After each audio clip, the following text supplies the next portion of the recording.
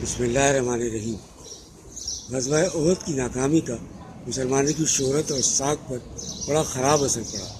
مخالفین کے دلوں سے ان کی ہیبت جاتی رہی، جس کا نتیجہ یہ ہوا کہ اہل ایمان کی داخلی اور خارجی مشکلات میں اضافہ ہو گیا اور مدینہ منورہ کی اسلامی ریاست پر ہر جانب سے خطرات منڈرائے گئے۔ یہود، منافقین اور بدو کھل کر مخالفت پر اتر آئے۔ ہر گروہ مسلمانوں کو نقصان پہنچانے کی کوششیں کرنے لگا، بلکہ اسے یہ توقع ہو گئی کہ مسلمانوں کا کام تمام کر سکتے ہیں اور انہیں جڑ سے اکھاڑ سکتے ہیں۔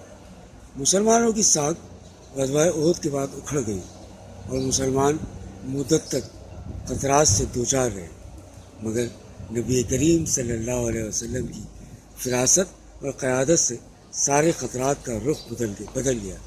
مسلمانوں کا جاہ و جلال دوبارہ قائم ہو گیا، بلکہ پہلے سے کہیں زیادہ۔ سب سے پہلا اقدام تو غزوہ احد کے فوراً بعد نبی کریم صلی اللہ علیہ وسلم نے مشرکین کا ہمراہ الاسد تک تعاقب کر کے کیا تھا۔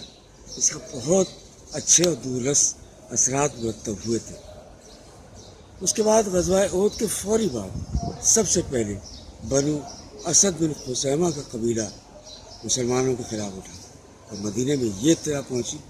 خویلد کے دو بیٹے طلحہ اور سلمہ اپنے ساتھیوں کے ساتھ بنو اسد کو رسول اللہ صلی اللہ علیہ وسلم اور مسلمانوں پر حملے کی دعوت دے رہے ہیں۔ رسول اللہ صلی اللہ علیہ وسلم نے ابو سلمہ بن عبد الاسد مخزومی رضی اللہ عنہ کو 150 صحابہ کے ساتھ قطن کی طرف روانہ کیا۔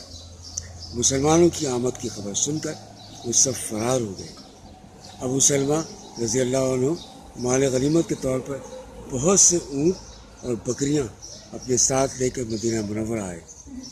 وہ سریہ محرم سن چاند ہجری کا چاند نظر آنے کے بعد روانہ کیا گیا تھا۔ واپسی کے بعد حضرت ابو سلمہ رضی اللہ عنہ کا وہ زخم جو غزوہ احد میں لگا تھا جلد کھل گیا، اس کی وجہ سے ان کی وفات ہوئی۔ اسی ماہ محرم سن 4 ہجری میں رسول اللہ صلی اللہ علیہ وسلم کو پتہ چلا کہ سفیان بن خالد حذلی مسلمانوں پر حملے کے لیے فوج جمع کر رہا ہے۔ نبی کریم صلی اللہ علیہ وسلم نے حضرت عبداللہ بن انیس رضی اللہ عنہ کو اس کا قتل کرنے کے لیے بھیجا۔ حضرت عبداللہ رضی اللہ عنہ نے کہا کہ اے اللہ کے نبی صلی اللہ علیہ وآلہ وسلم، میرے ماں باپ آپ کو قربان، ذرا سفیان کا تعارف تو کروا دیں۔ نبی کریم صلی اللہ علیہ وسلم نے کہا کہ جب تم اسے دیکھو گے تو مغروب ہو جاؤ گے اور تمہیں شیطان یاد آئے گا۔ انہوں نے کہا کہ میں مردوں سے نہیں ڈرتا۔ حضرت عبداللہ نے اجازت چاہی کہ اسے دھوکہ دینے کے لیے خلاف واقعہ بات بیان کی جا سکتی ہے۔ نبی کریم صلی اللہ علیہ وسلم نے اس کی اجازت دے دی۔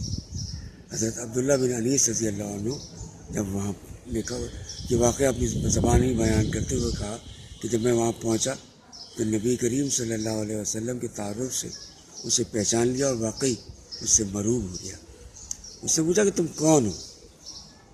میں نے کہا کہ میں خزاعہ کا ایک فرد ہوں۔ میں نے سنا ہے کہ تم محمد صلی اللہ علیہ وسلم کے خلاف لڑنے کے لیے فوج جمع کر رہے ہو، میں بھی اسی مقصد کے لیے آیا ہوں۔ وہ دونوں باتیں کرتے رہے۔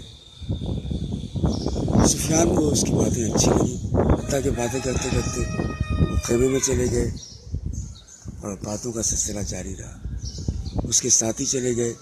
جب لوگ اطمینان سے سو گئے تو عبداللہ بن انیس رضی اللہ عنہ نے کہا کہ میں نے اس کا قتل کر دیا اور اس کا سر کاٹ کر رسول اللہ صلی اللہ علیہ وسلم کی خدمت میں لا کر پیش کر دیا۔ رسول اللہ صلی اللہ علیہ وسلم اس واقعے سے بہت خوش ہوئے اور حضرت عبداللہ بن انیس کو ایک لاٹھی مرمت فرمائی اور کہا کہ تم جنت میں اس سے ٹیک لگاؤ گے۔ جب عبداللہ بن انیس رضی اللہ عنہ قریب المرگ تھے تو انہوں نے وصیت کی کہ لاٹھی کو ان کے ساتھ ہی دفن کر دیا جائے۔ حضرت عبداللہ بن انیس انصاری تھے اور بنو سلمہ کے حلیف۔ وہ بیعت عقبہ اولیٰ و ثانیہ میں ساتھ رہے اور بدر و احد کے علاوہ دیگر غزوات میں بھی حصہ لیا۔ وہ ان افراد میں شامل تھے جنہوں نے بنو سلمہ کا بت توڑا تھا۔ سن 74 ہجری میں ان کی وفات ہوئی۔ وما علینا الا البلاغ۔